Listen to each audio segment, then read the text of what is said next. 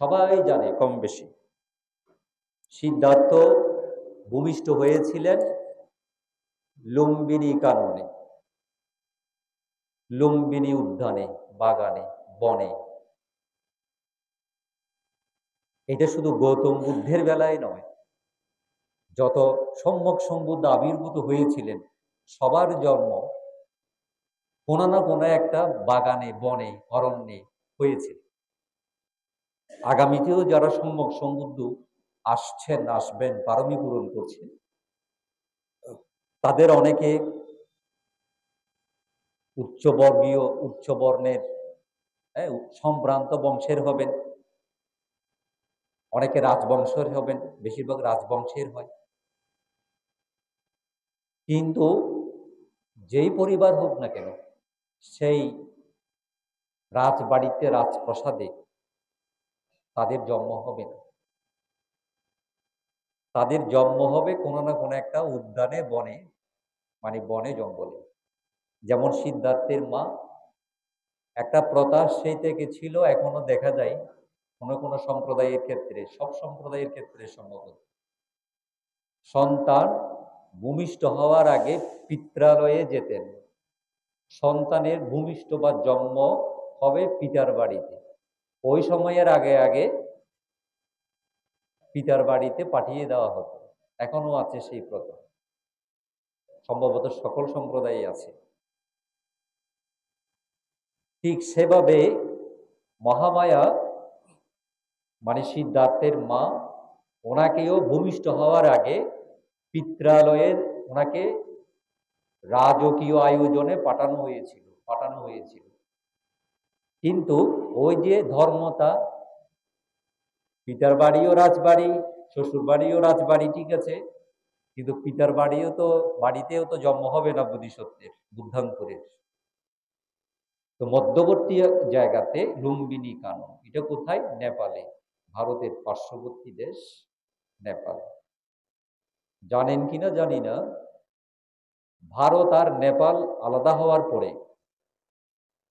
নেপাল ভারত আলাদা হওয়ার পরে সিদ্ধার্থ মানে বুদ্ধের জন্মস্থান নিয়ে দীর্ঘ বছর ধরে আদালতে মামলা আছে।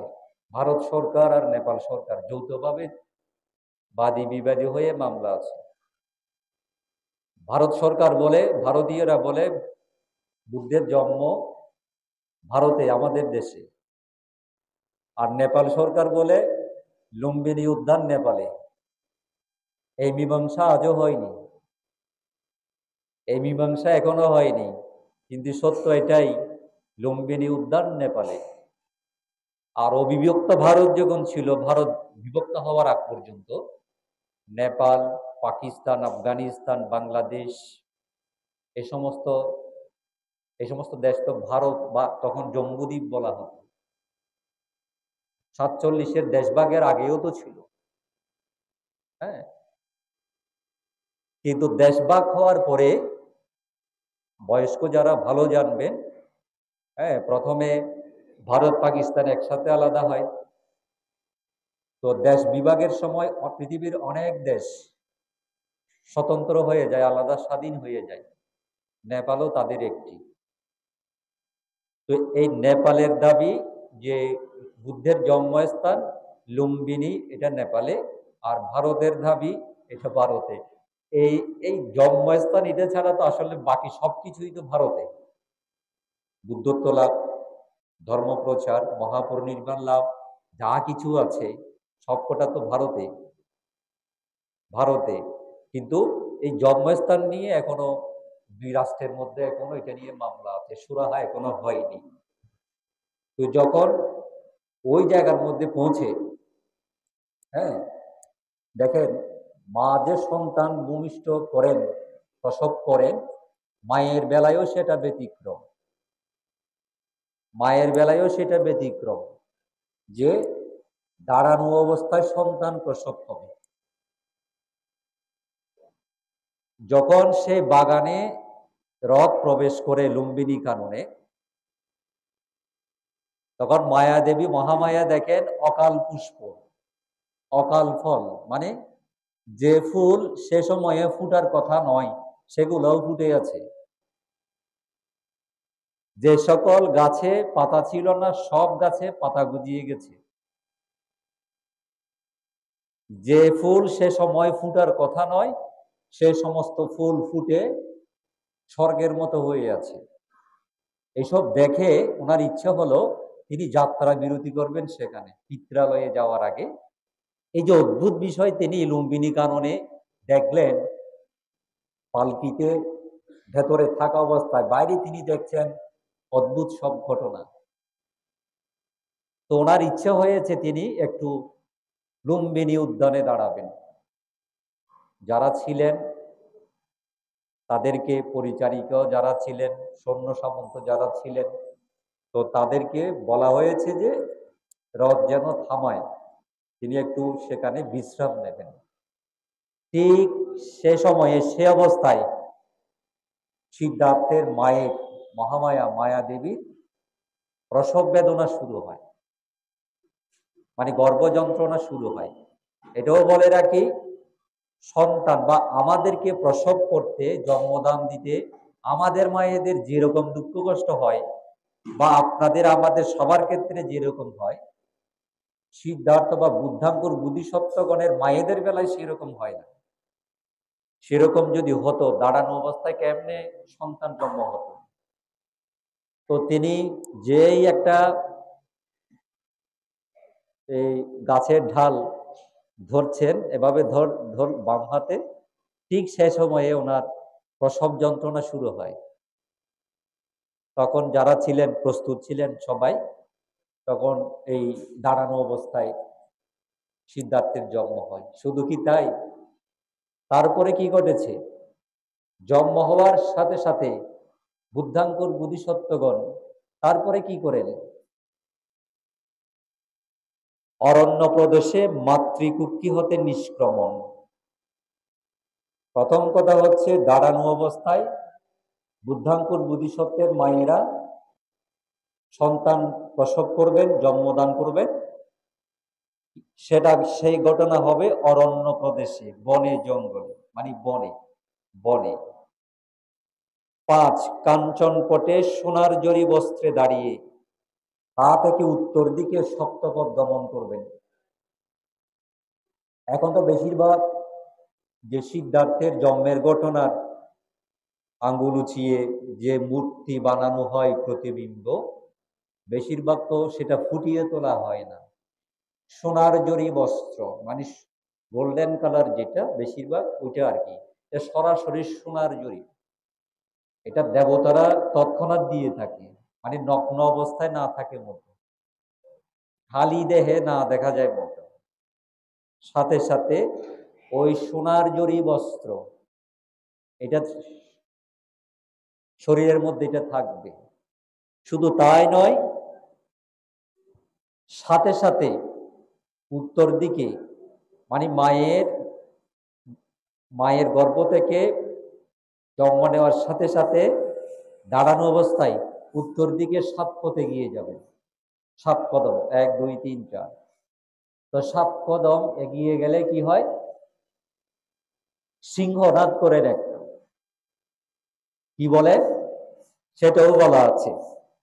সপ্তপথ গমন করে চারদিকে অবলোকন করো তো, আমি জ্যেষ্ঠ আমি শ্রেষ্ঠ বলে নির্ভীক সিংহনাদ করেন। এইসব ঘটনা কি দ্বিতীয় কোনো ব্যক্তির, কোন সত্যের বেলায় ঘটা সম্ভব?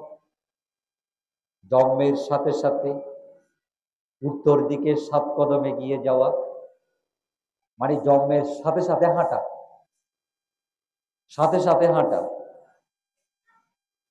হাঁটার পরে 7 কদম এগিয়ে যাবেন উত্তর দিকে, পৃথিবী ভেদ করে মণিমুক্তা খচিত 7টি পদ্ম ফুল ফুটে, মণিমুক্তা খচিত। 7 কদম উত্তর দিকে যাবেন, প্রতি কদম ফেলার সাথে সাথে একটা করে মণিমুক্তা খচিত পদ্ম ফুল প্রস্ফুটিত হয় পৃথিবী ভেদ করে। এবং উত্তর দক্ষিণ পূর্ব পশ্চিম চারদিকে একবার তিনি তাকিয়ে দেখেন। তাকিয়ে দেখার পরে তখন তিনি বলেন, সিংহনাদে গর্জন করে তখন তিনি বলেন, আমি জ্যেষ্ঠ, আমি শ্রেষ্ঠ। তার মানে কি বলা হয়েছে জানেন? আমরা তো বলছি আমি আমি করাটা মুশকিল, এই আমিটাই যত সমস্যার মূল কারণ। আমি মানি অহমিকা, আমি মানি অহংকার, আমি মানি এই আমি এবং আমার থেকে যত অশান্তি বুদ্ধের মধ্যে। এই পৃথিবী, আমি, আপনি, আমরা, আমি আর আমার থেকে বের হতে পারি না বলে এত সমস্যা। তিনি আমি এবং আমার থেকে বের হয়েছেন বলে তিনি বুদ্ধ। আর বাকি আমরা, আপনারা সবাই আমি এবং আমার, আমার, আমি, এই দুটো থেকে বের হতে পারি না বলে আমাদের এই অবস্থা। এক কথা, তাহলে তিনি কেন বললেন আমি অগ্র, আমি জ্যেষ্ঠ, আমি শ্রেষ্ঠ? তিনি বলেছেন এই কারণে, বুদ্ধ যখন জগতে আবির্ভূত হন, বুদ্ধের চেয়েও জ্যেষ্ঠ, বুদ্ধের চেয়ে শ্রেষ্ঠ সংসারে আর কেউ থাকে না। না মনুষ্যলোকে, না দেবলোকে, না ব্রহ্মলোকে, না অদৃশ্য কোনো জগতে, কোথাও বুদ্ধের উপরে কেউ থাকে না। এটা যখন তিনি অবগত হন, উত্তর দক্ষিণ পূর্ব পশ্চিম চারদিকে তাকানোর পরে এটা যখন নিশ্চিত হন, তখন তিনি বলেছেন আমি জ্যেষ্ঠ, আমি শ্রেষ্ঠ, পালিতে বলেছেন। 7টি মণিমুক্তাখচিত পদ্মফুল কেন ফুটেছিল? যে ঘটনা আমরা অনেকে জানি না, সেটা হচ্ছে বুদ্ধ যে 45 বছর ধরে ধর্ম অভিযান করেছেন, ধর্ম প্রচার করেছেন, বেশিরভাগ পদব্রজে হেঁটে হেঁটে মাইলকে মাইল, যোজন যোজন পথ অতিক্রম করেই তিনি করেছেন। অপ্রয়োজনে ঋদ্ধি ব্যবহার করেননি, অলৌকিক শক্তি ব্যবহার করেননি। ভিক্ষুদেরকেও বারণ করেছেন যে অকারণে মানুষকে আকৃষ্ট করবার জন্যে, মোহিত করবার জন্যে, লাভ সৎকারের ইচ্ছায় অকারণে কোন হেতু না উৎপন্ন হলে ঋদ্ধি প্রদর্শন থেকে ভিক্ষু সংঘকে বিরত থাকতে বলা হয়েছে। কোন ভিক্ষু সংঘকে? অরহত ভিক্ষু সংঘকে, কারণ অরহতের ঋদ্ধি শক্তি থাকে। তো কারণে অরহতগণ ঋদ্ধি শক্তি প্রয়োগ করে না। আমি অরহত, আমি মার্গলাভী ভুল করেও প্রকাশ করে না, এটা তাদের বৈশিষ্ট্য। হ্যাঁ, তাইলে ওগুলা আমরা দেখেছি খালি পায়ে হেঁটে সব জায়গায় বুদ্ধ গেছে, কিন্তু সত্য এটাই যে এই পৃথিবীর মাটি কখনো বুদ্ধের পা স্পর্শ করতে পারেনি।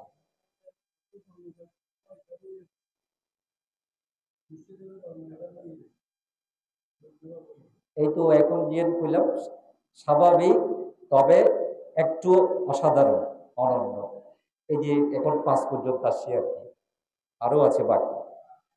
স্বাভাবিক স্বাভাবিক ঘটনা এই যে বুদ্ধগণ দেবলোকে ব্রহ্মলোকে উৎপন্ন হয় না, বুদ্ধগণ মানব পুত্র হয়ে জন্ম ধারণ করেন, এটাই সব থেকে বড় স্বাভাবিক ঘটনা।